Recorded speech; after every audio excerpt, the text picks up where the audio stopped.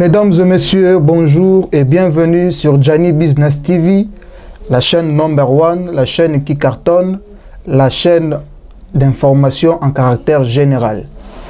Alors, sur ce plateau, nous recevons pour vous quelqu'un qui est expérimenté, l'expert à la matière. Mais avant d'aller plus loin, cliquez d'abord sur la cloche qui est tout juste à côté et partagez le lien pour ne rien manquer du tout. Comme je le disais, sur ce plateau, nous recevons le chef de travaux James Luyindula. Il est chef de travaux à l'Institut supérieur pédagogique et technique de Kinshasa, ISPT Kid en sigle, et il est également physicien de formation. Chef de travaux Luyindula, bonjour. Bonjour. Alors, nous sommes venus chez vous. Nous vous recevons sur ce plateau. Nous voyons, il y a l'exposition de produits alimentaires. Alors, vous pouvez nous en dire plus? En fait, nous avons constaté que, à part la faible productivité des produits agricoles chez nous, nous avons un sérieux problème de la conservation. La RDC a toujours tendance à vendre des produits bruts. Et pendant la saison des safou, quand on achète des safou, on ne sait même pas les garder pendant plus de 3 jours.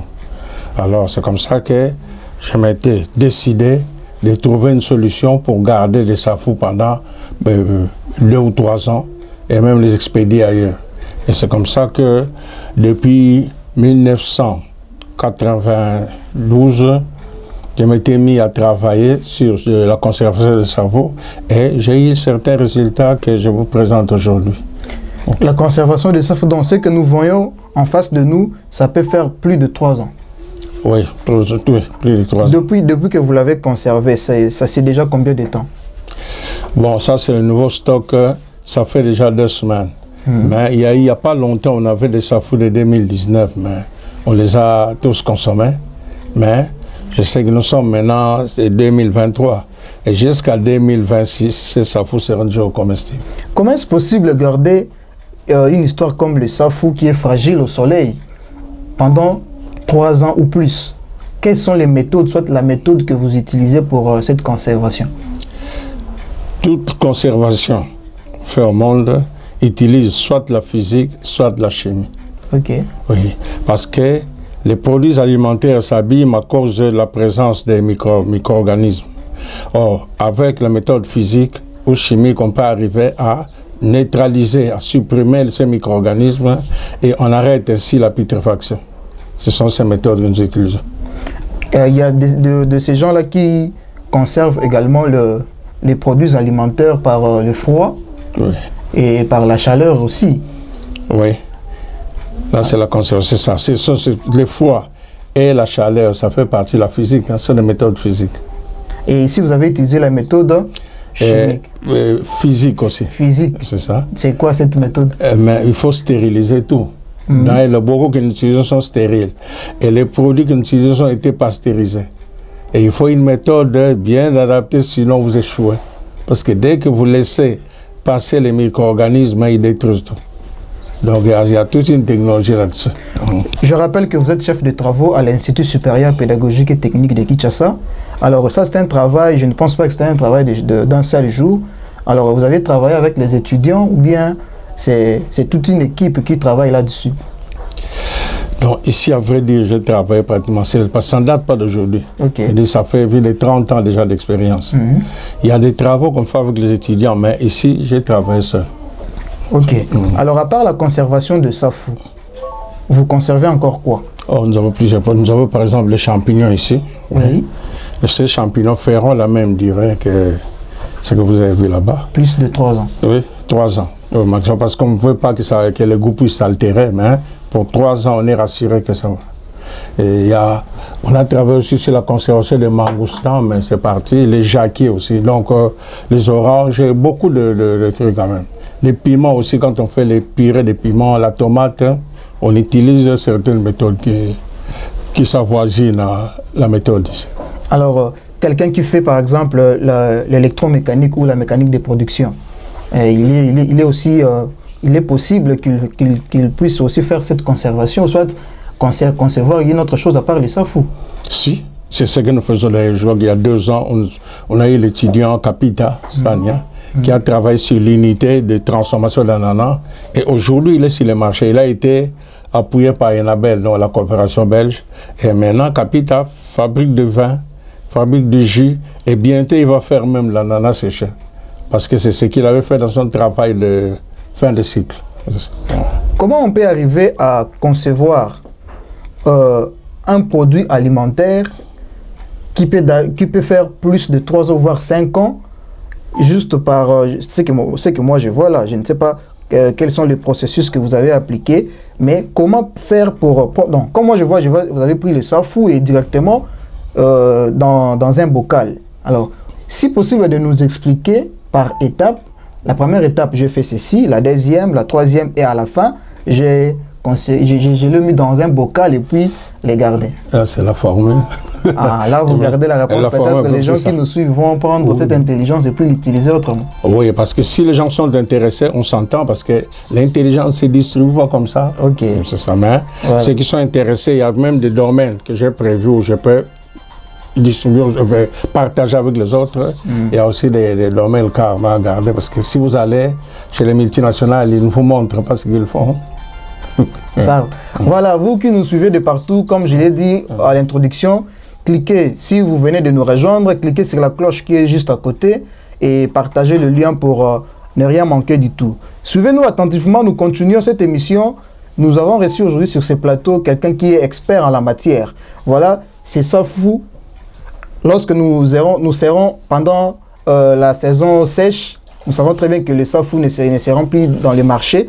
Alors vous pouvez vous en procurer et puis les manger calmement, sans problème. Alors aujourd'hui, à part le safou et le champignon que vous conservez, vous avez encore à l'idée de concevoir une autre chose. Par exemple le pondou, parce que je vois les gens qui prennent du pondou, de patates douces et puis l'expédier ailleurs. Oui, c'est vrai. Pondou, nous avons déjà fait le pondou séché, mais maintenant il reste à travailler le pondou en conserve. Okay. Parce qu'on ne fait pas ça pour le plaisir de le faire, mais il y a des principes à respecter, et puis il faut même vérifier. Vous voyez qu'on a fait une 30aine d'années avec ça. Oui. Alors, nous allons travailler sur le pondou, les haricots, et même le pois cajan. Bon, ça va le pois cajan et beaucoup d'autres produits alimentaires qu'on néglige ici. Parce que notre problème, c'est d'éviter la disparition des produits alimentaires. Une certaine période, il n'y a plus de pili-pili, il n'y a plus de tomates, il n'y a plus de safou, c'est ça qu'on ne veut plus. Nous souhaitons que pendant même la période, il n'y a plus de safou sur le marché, qu'on ait des safou dans l'armoire. C'est ça notre... Donc, nous travaillons sur la tomate, les piments, beaucoup d'autres produits. En tout cas. C'est ça. Voilà. Alors, aujourd'hui, qu'est-ce que vous nous recevez? Qu'est-ce qui est prévu que les gens qui nous suivent là vont découvrir ensemble avec nous? Ok, aujourd'hui nous allons travailler sur les poissons. On va vous montrer comment on transforme les poissons en poissons salés. Et prochainement, on va vous montrer comment on pourra faire des sardines à partir de nos poissons. Comment faire le poisson en poisson salé? Mais ça, si je prends notre méthode artisanale, c'est que nos mamans nous utilisent souvent. Je vois qu'elles prennent du poisson et puis on l'ouvre, on met du sel et puis on l'étale sous le soleil. Après 2-3 jours, ça devient le poisson salé. C'est ça la méthode? C'est une bonne méthode, mais le grand problème, il n'y a pas de sécurité alimentaire là-dessus. Okay. Parce que quand vous l'exposez au soleil comme ça, les lézards peuvent passer dessus. Et vous savez que l'urine des lézards, c'est un grand poison. Oui. Alors, et puis, bien que le poisson salé lutte contre les micro-organismes, mais il y a des spécimens des micro-organismes qui peuvent persister et qui peuvent vous nuire. C'est ce qu'il faut respecter la sécurité alimentaire. Donc, et puis, nous travaillons avec certains produits qui ne sont pas nocifs, bien sûr, pour épingler de modifications sensibles dans les poissons là-bas. On travaille sur le goût, on travaille sur l'aspect, la texture, tout ça. Et vous allez voir d'ailleurs sur le terrain quand on va travailler. Tandis que ce qui est fait, parce qu'il y a quelques années, on avait utilisé nos poissons avec notre machine séchoir à la fois. Et ceux qui avaient fait les poissons là que vous appelez au soleil, le deuxième jour, ils avaient éliminé leurs poissons de la compétition. parce qu'ils ont vu que c'était trop différent. C'est pour vous dire que la qualité joue aussi. Et la méthode de séchage aussi, c'est possible? Si, pourquoi pas. Parce que nous veillons à la sécurité alimentaire. Et puis, on veille même au timing, parce qu'il faut sécher pendant un certain temps. Il y a tout un barème de séchage. Quand ce n'est pas bien respecté, vous abîmez le produit. Mais lorsqu'on utilise la méthode de séchage, là, il faut utiliser le bois plutôt. Alors, cette fumée-là, n'est pas toxique. Je crois que vous voulez parler de fumage ou bien de fumage, séchage. donc comme nos mamans font, elles prennent du poisson. Si on ne les étale pas sous le soleil, je vois des mamans qui prennent des poissons, elles mettent du sel et puis le mettre, comment dirais-je, sur un four, hein, et puis mettre du bois en bas et puis mettre le feu. Alors, dans ce cas-là, ce n'est plus un four, c'est un séchoir à combustible. Ça existe, mais quand on fait le séchage à combustible, il faut veiller à ce que la fumée n'arrive pas sur le produit. Parce que là, vous n'avez plus les mêmes produits que vous escomptez avoir. D'accord. Alors, vous allez utiliser quelle méthode pour transformer les poissons en poissons salés? Aujourd'hui, on va utiliser un séchoir très simple, qui est le séchoir solaire. Okay. Mais prochainement, on va utiliser même le séchoir électrique. Et quand nous serons sur le plateau, on va utiliser le séchoir à combustible. Voilà, mesdames et messieurs, nous continuons. Ça, c'était une brève exposé de ce que nous allons faire aujourd'hui avec le chef de travaux James Luyindula. Je rappelle qu'il est chef de travaux à l'Institut supérieur pédagogique et technique de Kinshasa. Et je vous signale, il fut mon enseignant. Hein, quand je fais l'ISPT, il m'a donné le cours de la physique à l'ISPT en préparatoire. Et il a écrit aussi un merveilleux livre de la physique. Alors ça, c'était une brève exposé, comme je l'ai dit tantôt. Nous partons directement à la pratique. Ne défilez pas.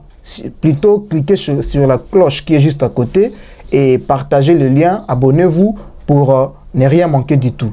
Alors, place maintenant à la pratique.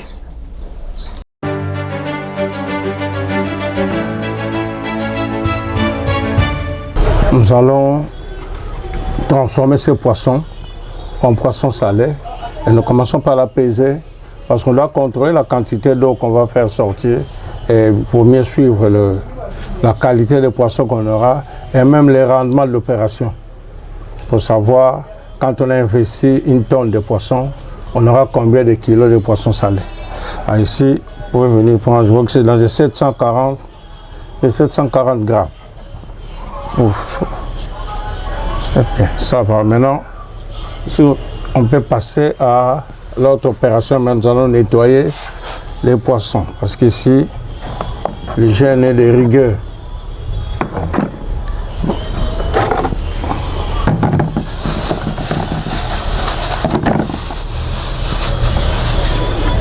Donc la première opération, nous pesons d'abord le poisson et puis après avoir pesé, il faut nettoyer.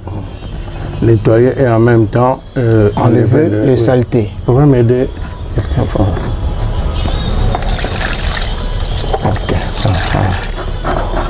Bon, généralement, nous préférons couper dans ce sens. Ok.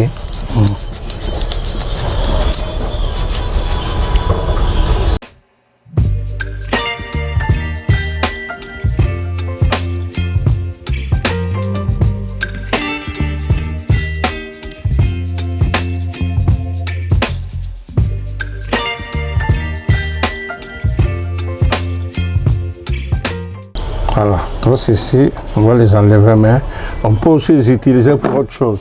Pour la fabrication des aliments, les bétails par exemple. Okay. On peut les mettre, on peut avoir un truc pour les mettre.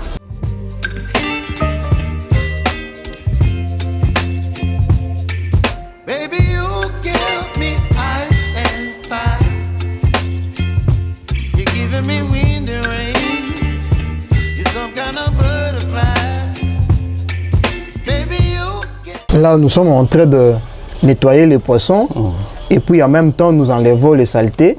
Alors, ces saletés-là, on peut aussi l'utiliser pour les aliments de bétail. Donc, il n'y a rien à jeter ici. Nous prenons les poissons. La première opération, nous les pesons d'abord. La deuxième, on nettoie. En même temps, on enlève les saletés. Mais ces saletés-là, on peut encore l'utiliser autrement. Donc, continuez toujours à nous suivre. Hein. Restez toujours attentifs.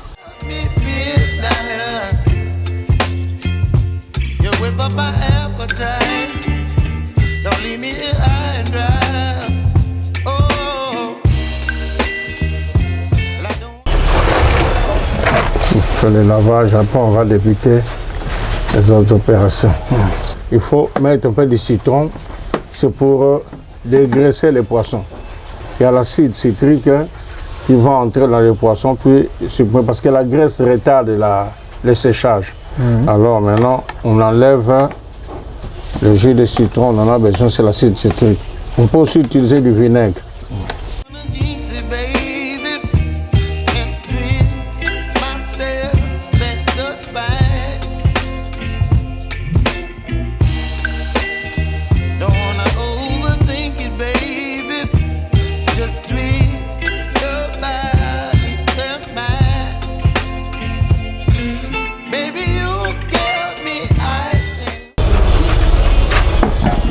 Les graines, on peut s'en débarrasser, c'est pas tellement utile.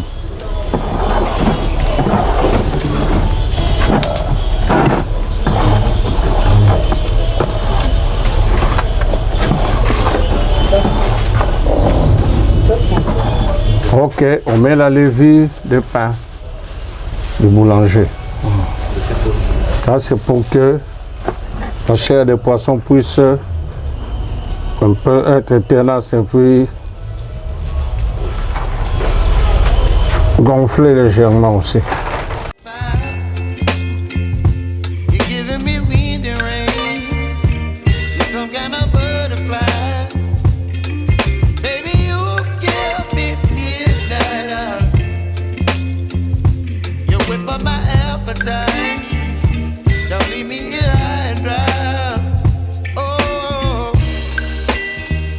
Nous prenons maintenant le sel.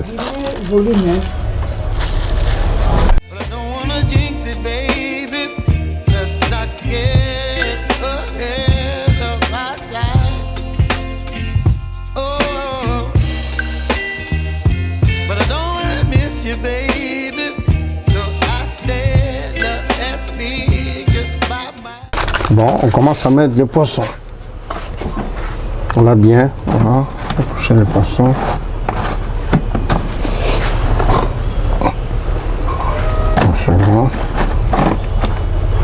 Et après, on met encore du sel.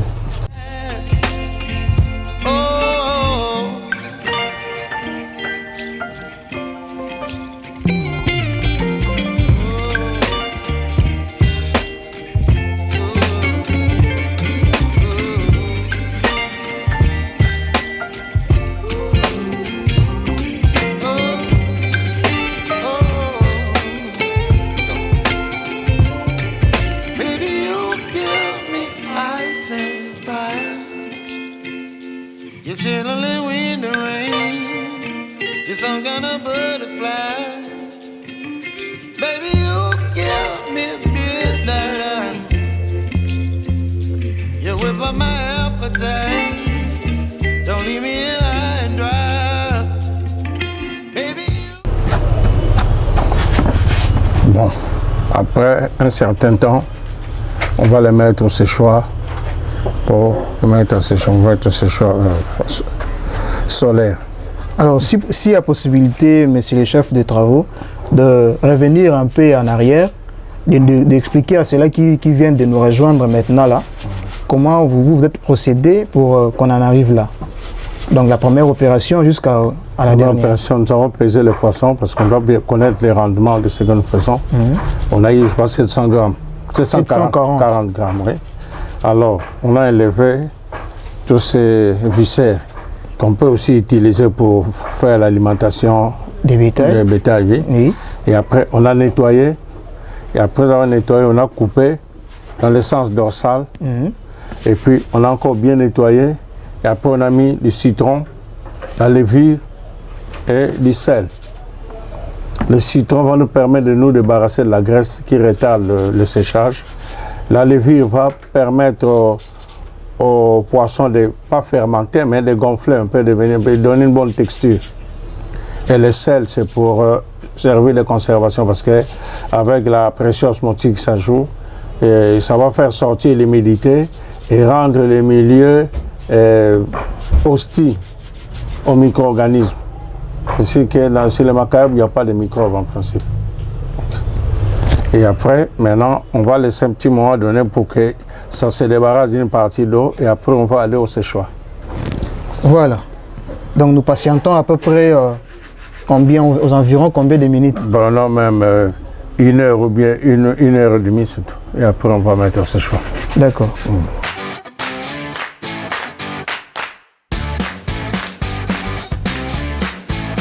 Vous voyez bien dans quel sens on les met.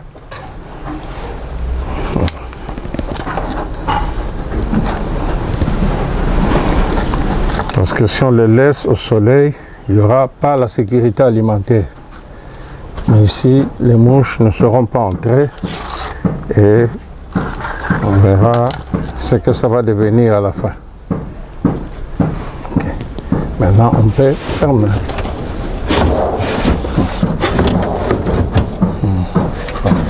Ici, tout simple. Fermez.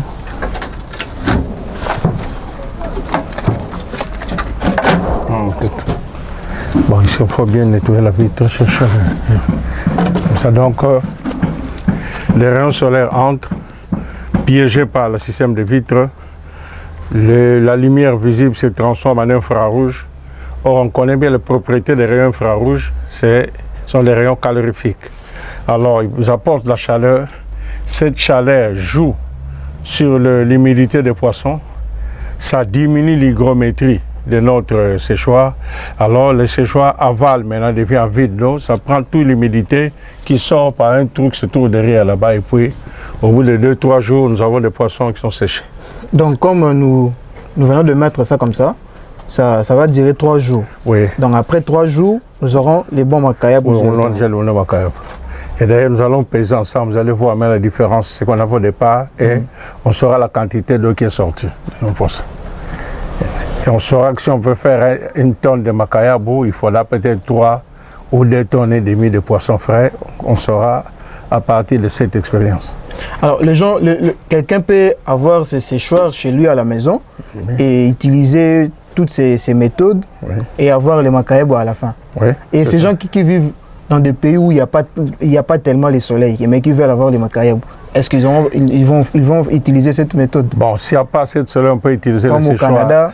On peut séchoir à gaz ou bien électrique. Ok.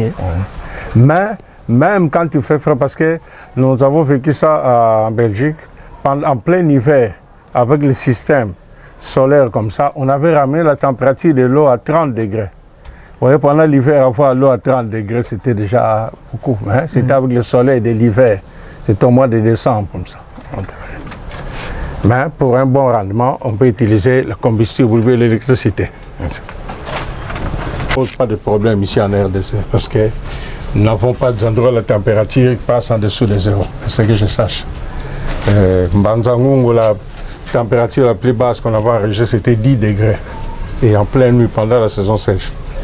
Donc, même pendant qu'il fait froid, la saison sèche, les séchoirs donnent toujours. On avait déjà fait l'expérience. Même pendant la pluie? Même pendant la pluie, il n'y a pas de problème. Et s'il pleuvait la nuit?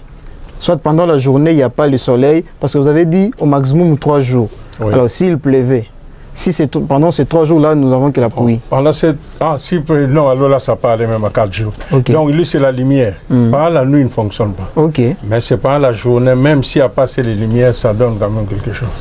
Okay. C'est comme le cas des photovoltaïques qui fonctionnent quand même si pendant qu'il pleut, ça fonctionne. Mais la nuit, non. Parce qu'ils ont besoin de photons qui ne sont pas visibles la nuit. Voilà, mesdames et messieurs, vous qui nous suivez de partout, nous venons de suivre avec une attention soutenue de ce que notre chef de travaux, James Sulindula, a fait. La première opération, c'était d'abord de peser les poissons avec une balance numérique. Nous avons pesé les poissons et ça a donné 140 grammes. 740 grammes plutôt.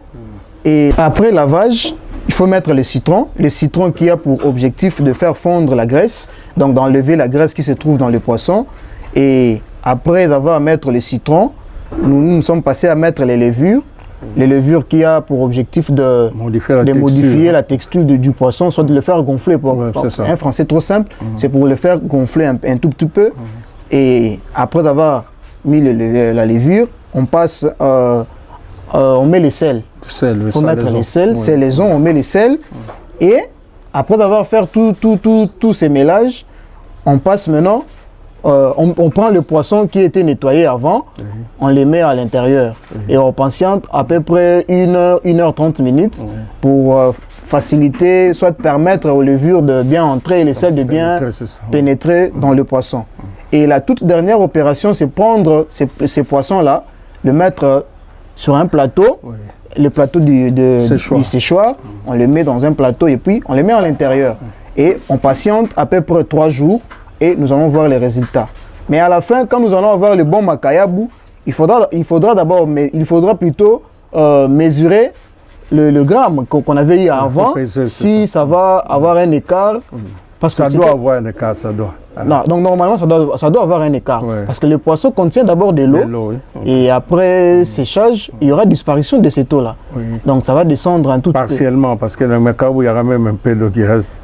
C'est dans des foufous. Bon, foufou, c'est pratiquement... Mais en réalité, les foufous, on garde un taux résiduel d'humidité de 14%. Ça, c'est pour le foufou. Le foufou, oui, la farine. Mais pour les poissons, je crois qu'il y a un peu plus. Il y en a un peu plus. Voilà. Parce qu'il y a du sel dedans, donc il y aura même un conservant chimique. Donc il y a possibilité d'avoir même une toute petite quantité d'eau qui va rester. Oui, on doit avoir une petite quantité, sinon, quand c'est trop sec, ça devient comme une pierre, ça devient difficile à consommer. Voilà. Mais cette conservation n'est pas vraiment monnaie courante en RDC, hein, soit à Kinshasa. Pour moi, c'est ma toute première fois de voir cette conservation. Bon, il y a des gens qui font ça d'une manière là, traditionnelle, mais c'est mieux de respecter les normes pour éviter de faire des dérapages. Et les gens qui veulent bien, je ne sais pas moi, c'est vous qui fabriquez ces choix ou bien c'était une idée qui vous est venue et vous avez inventé une chose, ça existe dans des livres? Bon, ça existe ailleurs, mais moi j'ai eu à les fabriquer pendant... C'était les années 80, non, 85, 86. J'ai travaillé beaucoup là-dessus. On était en Banzangongo avec Aprodec. On faisait les séchoirs solaires, après on a fait les séchoirs électriques.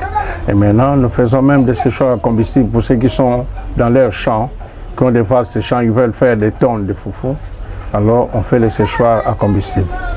Le rendement de séchoirs solaires et le rendement de séchoirs électriques, ça varie de combien à peu près? Ça dépend des périodes. Mais, du moins, le séchoir électrique est plus rapide que les séchoirs solaires. Parce que quand on fait les séchoirs, les poissons, dans les séchoirs électriques, au bout de 12 heures, déjà, tout est sec.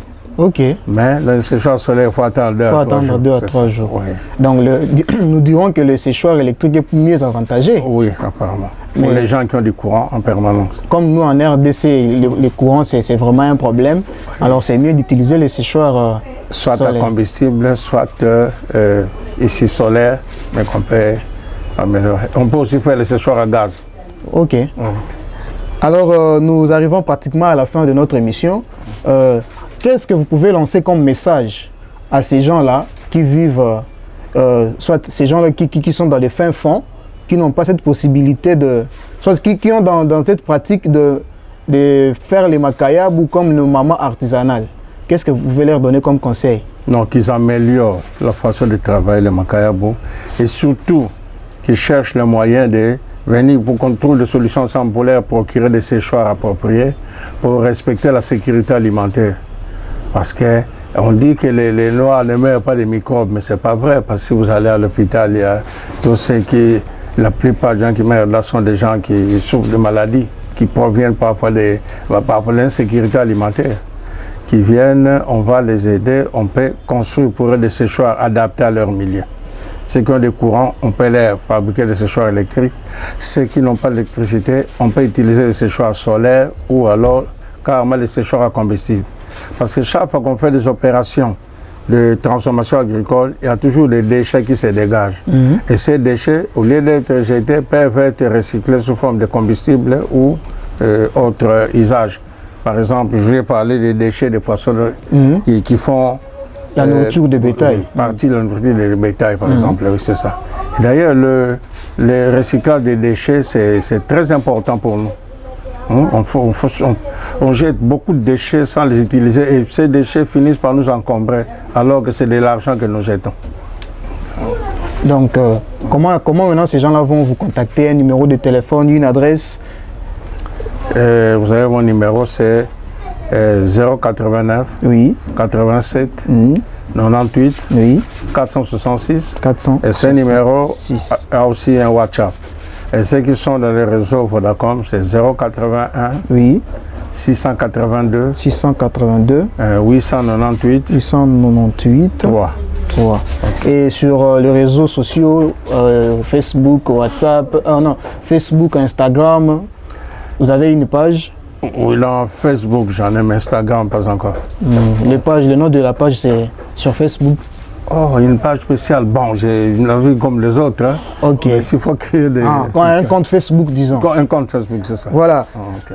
C'est le séchoir le mieux adapté pour lutter contre l'insécurité alimentaire. Jeunes gens, veuillez vous abonner à cette chaîne parce que désormais, vous aurez des applications de cours de génie rural et des mécaniques de production et des différentes transformations sur cette chaîne. Et ça pourra même vous conduire pour faire de vous de bons entrepreneurs. Ce que nos mamans font, c'est bien, mais pas bien du tout. Pourquoi? Parce que lorsque nos mamans prennent le poisson, les étalent sous le soleil, il y a des mouches, il y a des lézards qui passent là-dessus, et ce sont des microbes que nous mangeons après. Pendant que notre chef de travaux, James Luyindula, il a un séchoir qu'il peut fabriquer pour vous pour faire les makayabou avec une sécurité alimentaire assurée. Vous étiez nombreux à nous suivre, mais gardons cette ambiance. Au bout de 3 jours, nous allons revenir pour vous montrer la finalité de ce que nous avons fait aujourd'hui.